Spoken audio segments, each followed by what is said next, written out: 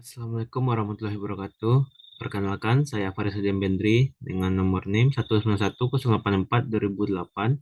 Sebelumnya, saya mengucapkan terima kasih kepada Bapak pembimbing yang telah membimbing saya sampai kepada tahap ini, dan terima kasih kepada Bapak Ibu penguji yang telah menyaksikan video presentasi hasil dari penelitian saya. Baiklah, langsung saja saya mempresentasikan hasil penelitian, yaitu tentang evaluasi kebijakan peraturan daerah Kota Padang nomor 12 tahun 2019 tentang kota layak anak dalam pemenuhan hak anak, klaster lingkungan keluarga dan pengasuhan alternatif. Pertama, yaitu pendahuluan. Latar belakang, berdasarkan Undang-Undang tahun 1945, menyatakan bahwa setiap anak berhak atas kelangsungan hidup, tumbuh, dan berkembang, serta berhak atas perlindungan dari kekerasan dan diskriminasi. Pada tahun 2021, KPAI mencatat terdapat 2.982 kasus mengenai pelanggaran perlindungan khusus. Juga mencatat 2.971 kasus pelanggaran perlindungan hak anak. Di Kota Padang, tahun 2021 terdapat 53 kasus terhadap anak dan meningkat 18 kasus pada tahun sebelumnya dari tahun sebelumnya yang berjumlah 35 kasus. Belum lagi kasus yang tidak terlapor. Sebelumnya, dalam rangka mewujudkan Kota Padang menjadi KLA, pemerintah Kota Padang telah memiliki Perda nomor 2 tahun 2012. Lalu akhirnya pada tahun 2019, Kota Padang mengeluarkan Peraturan Daerah nomor 12 tahun 2019 tentang KLA. KLA sendiri merupakan satu sistem pembangunan berbasis hak anak melalui pengintegrasian, komitmen dan sumber daya pemerintah, masyarakat, dan dunia usaha yang terencana secara menyeluruh dan berkelanjutan dalam kebijakan, program, dan kegiatan yang menjamin terpenuhinya hak dan perlindungan anak. Saat ini, berdasarkan peraturan yang dikeluarkan, terdapat 25 pemenuhan hak anak yang dikelompokkan dalam 5 klaster. Dengan adanya 5 klaster ini, Kota Padang sudah membentuk gugus tugas kota layak anak yang tertuang dalam SK nomor SK Wali Kota Padang nomor 354 tahun 2021 tentang gugus tugas kota layak anak tahun 2021-2023. Lingkungan keluarga yaitu lingkungan pertama bagi anak yang memberikan pengaruh dalam perkembangannya. Lalu pengasuhan alternatif sendiri, pengasuhan dilakukan tingkat keluarga baik inti maupun keluarga besar dengan bantuan dari dukungan penuh dari masyarakat, lembaga masyarakat, serta pemerintah. Alasan pemilihan lokus terdapat 53 kasus kekerasan terhadap anak yang dilaporkan. Lalu, Kota Padang merupakan salah satu pilot proyek pengembangan kota layak anak dalam 5 tahun terakhir, selalu mendapat penghargaan kota layak anak pada tingkat India. Ketiga, terjadi penurunan pada hasil nilai evaluasi kota layak anak di Kota Padang. Selanjutnya, fenomena teoritis empiris. Saat ini Kota Padang dalam 5 tahun terakhir selalu stagnan pada tingkat India dan tidak bisa meraih peringkat utama. Terjadi penurunan hasil evaluasi dari sebelumnya tahun 2021 berjumlah 777 poin menjadi 734 poin. Klaster 2 menempati urutan paling rendah dalam ketercapaian indikatornya, yaitu sebesar 55%. Terdapat perbedaan indikator yang harus dipenuhi pada klaster 2 menurut Perda dan Permen PPA yang hanya berjumlah 3 indikator, sedangkan hasil evaluasi terdapat 5 indikator. Lalu masih terjadinya pernikahan usia anak di Kota Padang, di mana pada tahun 2021 terdapat 70 kasus perkawinan yang mendapatkan dispensasi Pengadilan Agama Kota Padang.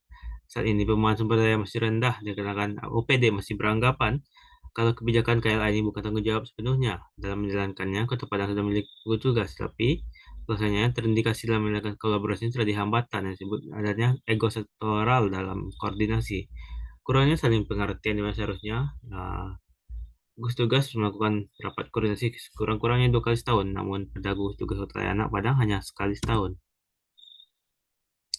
Dalam ketersediaan infrastruktur, rumah-rumah anak dari sebuah kecamatan menurut tersedia anak itu sulit dijangkau anak karena lokasi teman bermain tersebut.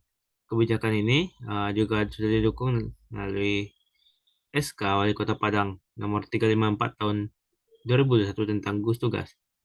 Tapi masih ada terjadi ambiguitas dikarenakan penempatan yang tidak sesuai di klaster gugus tugas.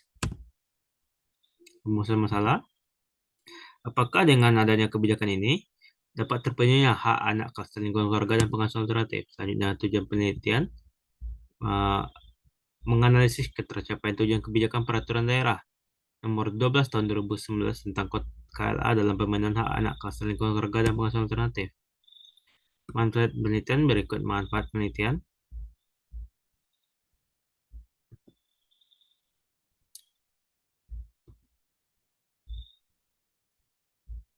Berikut dari pada bab 2 tinjau pustaka penelitian terdahulunya.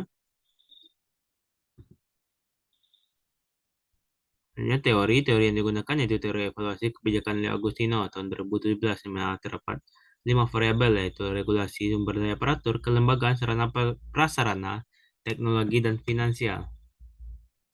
Berikut skema pemikiran, definisi konsep dari kebijakan publik, evaluasi kebijakan, dan kota layak anak. Berikut definisi operasional.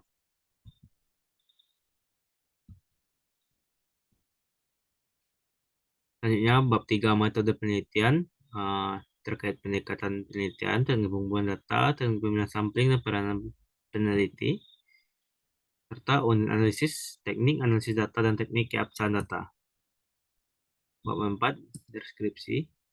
Lokasi penelitian, Kota Padang menjadi ibu kota dari Provinsi Sumbar, yang berada di pesisir barat dari Pulau Sumatera.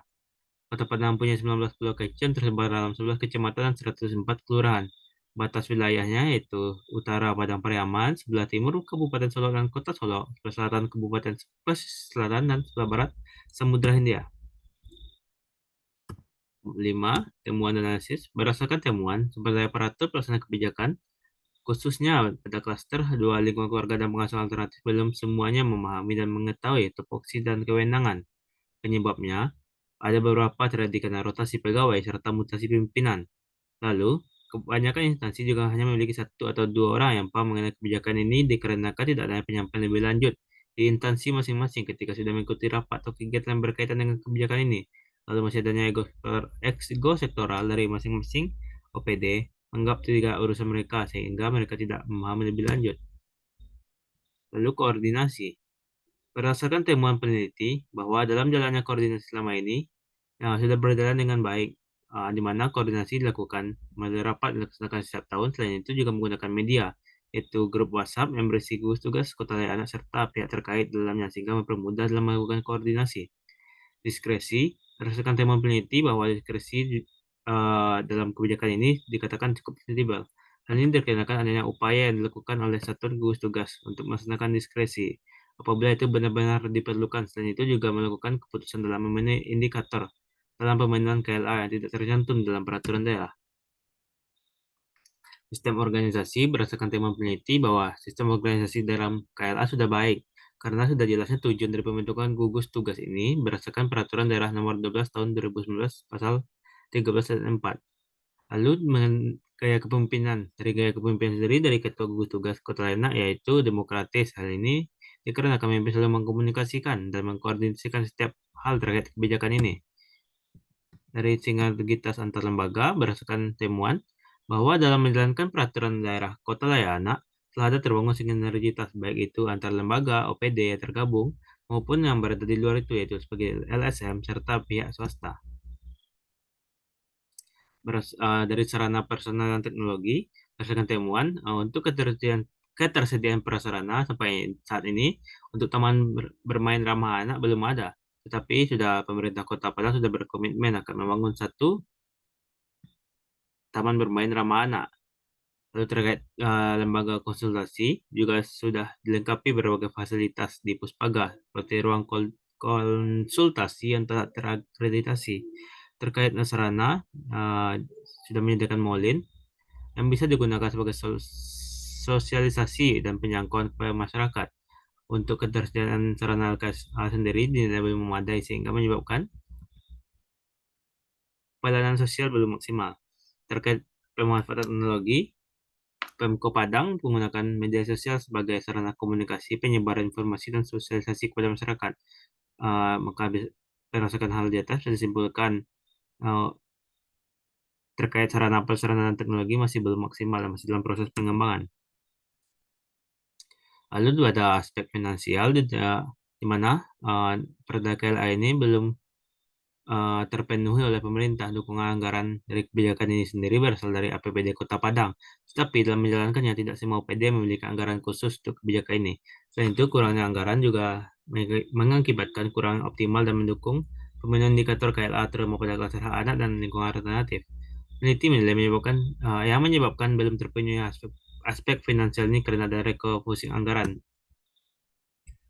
Lalu untuk regulasi pendukung sendiri juga sudah cukup baik, tetapi belum maksimal. Hal ini dikarenakan ada beberapa aturan yang sudah ada SK-nya, seperti adanya ARAD yang dibuat serta berpedoman kepada aturan yang telah ada sebelumnya.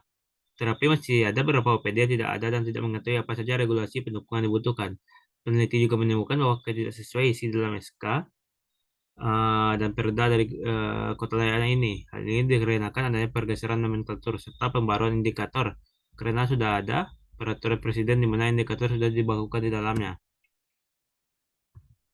Bab 6, kesimpulan dan penutup berdasarkan uraian kebijakan ini eh, masih belum mencapai tujuan dari kebijakan. Dikarenakan masih ada variabel yang belum terpenuhi di dalam teori Leo Agostino. Hal ini dilihat dari kriteria evaluasi kebijakan menurut teori Leo Agostino, yaitu di sumber daya masih ada peraturan tidak memahami apa tugas fungsi mereka di kebijakan. Terkait sarana prasarana masih ada yang belum terpenuhi. Pemanfaatan teknologi menggunakan media sosial. Dari segi finansial berasal dari APBD dan masih belum bisa memenuhi kebutuhan yang menjalankan kebijakan KLA. Dalam regulasi sebenarnya sudah bagus, tapi masih ada beberapa di dalam perlu direvisi sehingga adanya pergeseran nomenklatur dan pembaruan indikator. Tapi untuk kelembagaan sudah berjalan baik karena sudah memenuhi aspek positif terkait koordinasi, diskresi sistem organisasi, dan pola kepemimpinan serta sinergitas yang baik. Untuk saran, diharapkan dari pelaksanaan kebijakan peraturan daerah Kota Padang nomor 12 tahun 2019 tentang KLA uh, lebih memahami isi tujuan dan tupoksi terkait tugas mereka dalam kebijakan. Diharapkan pemerintah Kota Padang melalui DLH menyediakan taman bermain ramah anak. Adanya diharapkan adanya LKSA yang ramah bagi anak, merevisi Perda tentang KLA karena adanya pergeseran nomenklatur dan pembaruan indikator, merevisi surat keputusan wali kota tentang gugus tugas KLA karena adanya ketidaksesuaian dalam masing-masing gugus tugas, diharapkan menambah anggaran khusus dalam menjalankan AKL ini dari APBD serta membentuk Perwako sebagai pedoman lebih lanjut laksanakan tujuan kebijakan dan peraturan daerah Kota Padang nomor 12 tahun 2011 tentang KLA. Sekian presentasi dari saya. Jika ada salah dan kurang mohon dimaafkan. Wabillahi taufiq wal hidayah. Assalamualaikum warahmatullahi wabarakatuh.